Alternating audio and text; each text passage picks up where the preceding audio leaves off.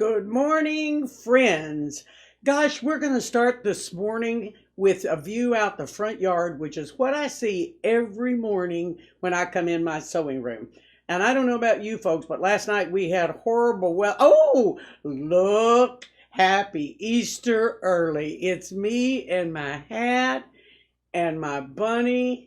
And look at my cute socks a good friend gave me for my birthday. So it's my chicken socks. Now we're being a little silly getting early. We know Easter's serious, but we thought we'd just have some little fun. And Brian talked me into, now you know normally I work real hard, whether you folks realize it or not. I work real hard at trying to get cute when we video.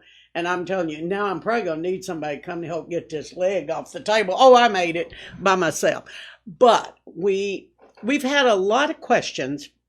I'm going to put the rabbit down here in a second, but he is awful cute, isn't he? I've had him for years now. I don't know. I think it's a girl because it's all dressed up in a cute little outfit.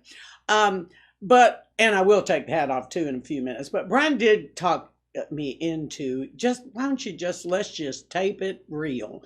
And folks, what you see is what you get. So this is typically how I come into the sewing room in the morning. I'm going to rest my bunny. And because I started getting questions from a lot of people about the fabric pull. And I said, we've got so much to cover in our video for Sunday that I felt like it would make sense to give you a little bit of a sneak preview at fabric selection and to kind of give you a jump start. Now, for those of you who've ordered the book, let me tell you, we've been busy packing and getting them out the door. We know that perhaps everyone won't have the book by the time this our first session airs on Sunday, but I still wanted you to have an opportunity to start pulling fabric. One of the things that I briefly talked about in our live the other day was your option of how you would get to work. Now, the book is written traditional, but on our website, on the kayengland.com website, we have a little icon that says free stuff. In that free stuff icon is where anything will live that is free. And consequently, you can go there and download a ruler conversion chart free to plop in your book. Now, it will not stand alone. So if you don't have the book, it's just going to say page 7, A, B, C, whatever. But it will convert to the rulers that I work with, which used to be Nifty Notion, would now be called Good Measure. If you have either one of them, you would be all set if you choose to work rulers. Please know that you can work in any method you choose. The book is written traditional. I'm going to talk ruler and AccuQuilt when it's applicable, and I will try to give you a heads up on AccuQuilt, whether it's in the cube or if it's a standalone die. I'll try to give you that information as well. So those are the things that if you want to download that ruler conversion chart in the event that you're going to work with specialty rulers. And the only tool we would need would be a half square and a quarter square triangle. You don't have to have them, but that's a thought. The other thing I wanted you to do is to be aware that I've told anyone who's ever had a class with me, you need a straight stitch throat plate. That's a single needle throat plate, not where you could zigzag, because that little opening is going to give you a more accurate 1/4 inch. You also need a 1/4 inch foot. Now, if your machine doesn't come with one, then between now and the time you start, your job is to try to figure out with the needle in the center position, where is my 1/4 inch line? And if you have to draw something, I have my 1/4 inch foot, and on my brand, today I would be sewing with my 37 foot, but there's different options depending on the model you have. And it has a perfect 1/4 inch toe. This is crucial and I know we've got some people going to join us for this class that it's their first try at patchwork. It's even more important that if you don't have a 1/4 inch foot, you actually can find a 1/4 inch on your machine. I also wanted to talk to you a little bit in advance about thread, and then I won't put all this on the video. Well, who knows, I might. I'm an Aurifil gal 99.9% of the time. There are other good threads in the industry, but I happen to like Aurifil because, first of all, it's very, very fine, pristine, very little lint. And I use the 50 weight Aurifil, which is the orange cone.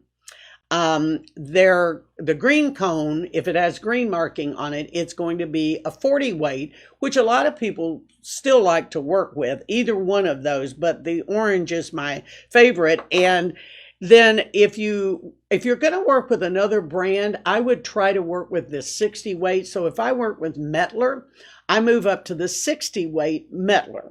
Now, these are choices, knowing that you're not going to be able to run out this afternoon and go to the store. However, many stores I'm starting to see now are all masked up and are doing drop-off service right at the curb. So these are kind of things that'll help you get a little bit of a jump start on. And remember, like I told you guys the other day, I'm not grading you. And just because we're going to post this on Sunday does not mean you have to start on Sunday.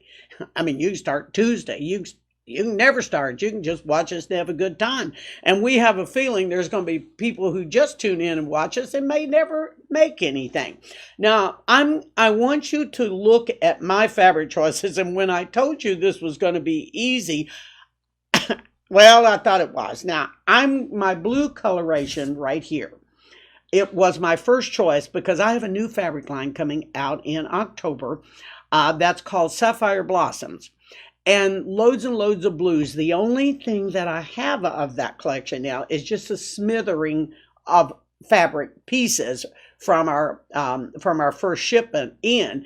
And so I pulled all the blues that I had in other colorings from other collections that I thought might work, and to give you an idea of how much I'm starting with. On a quilt like this that's very scrappy, I rarely use that fabric twice. I may have a main theme that lives throughout it, but in this case, I don't.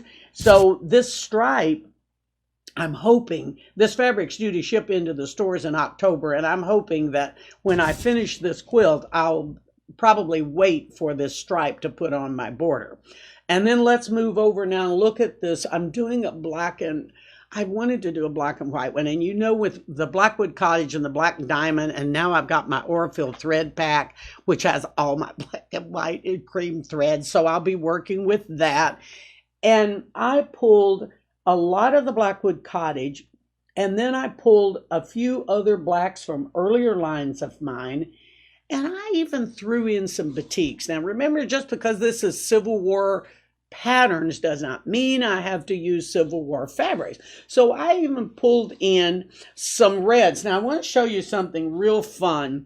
If you can take a look here, this is a 1930s red, and I really want a few more reds, but it was too crisp.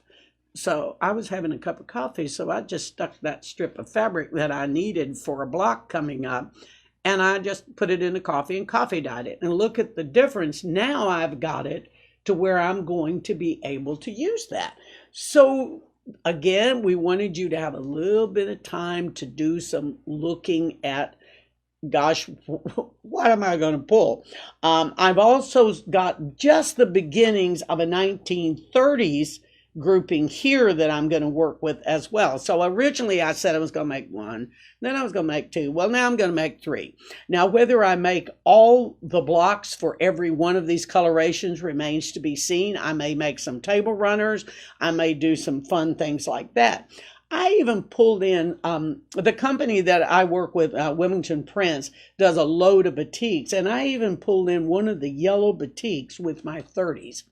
So what I'm really trying to tell you is I'm going to be very loose about what fabrics and style I work with. For those of you that want to keep this pure Civil War style, then you'll be a little bit more judgmental when you pull your fabrics. So I also want you to have, make sure that you have a good cutter.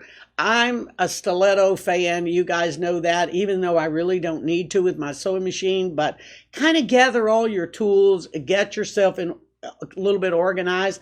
I'm also a huge fan of a notebook. Now, I'm going to be giving you, I think right now, what I've got that's going to post with our video on Sunday is going to be about 10 or 12 pages that you can or cannot download. They're going to be a little bit of history of the Civil War, a timeline, that sort of thing.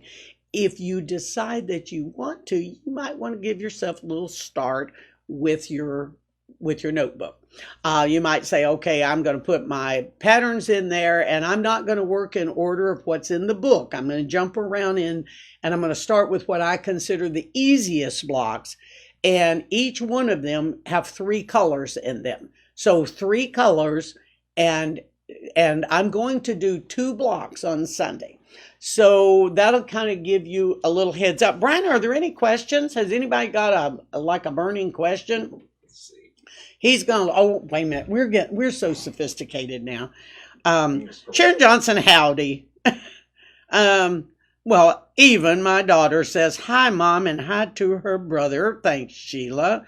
Mary Ann feels like I'm there. Oh, Charlotte Ann Gotti's watching. Good grief, Charlotte Ann Gotti. What in the world's going on down there in Louisiana? Are y'all staying safe? Oh, gosh, let's see who else is going on. Oh, Joy from Rochester. Stephen Sika, you rascal, you. What's going on in Houston? Teresa's watching. Oh, my God, we need to bake. Oh, Joy likes my socks and my bunny. And Carrie's watching. Well, good grief. Cindy from Kentucky. Well, it's a passel. Everybody's ready to go, and it doesn't look like anybody's got a question. I've scared all of you, haven't I? Well, it's Donnie from the Pink Shell. Brian, it's our Pink Shell. Go out there and fix me one of those butterscotch drinks, Donnie, real quick, and I'll run down and have it. So, well, we just wanted to take a few minutes, folks, to tell you that, again, we know what's going on in the world is pretty scary, and we've come up with a name we think we're going to stay with. I love all the names you guys proposed, the patchwork pandemic. We talked about the civil quarantine. We had loads of names. And then my granddaughter came up with a name. She just said, why don't we just call it Patchwork Stay-cation? So I think staycation's a new word that's in the book. It's kind of like instead of going to Europe or something, you'd stay home. But it's also... We played around with this and decided we didn't want it to have a name that was kind of scary, like quarantine and pandemic and things. Even though I thought it was clever, we are serious about this, but we think we like the idea of calling it the Patchwork Staycation. So when we sign on Sunday, you'll know for sure about that. Now, the way you're going to know about everything we do is you have to. Is it hit the bell or click the button, Brian? Click the bell. Click the bell. It's kind of like a little monkey. Get somebody to click the bell for you.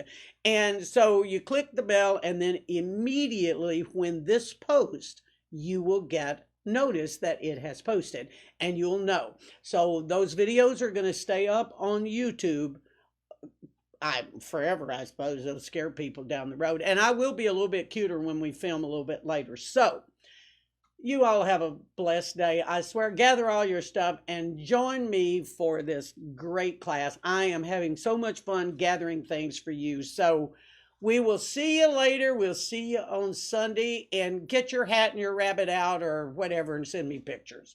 Bye.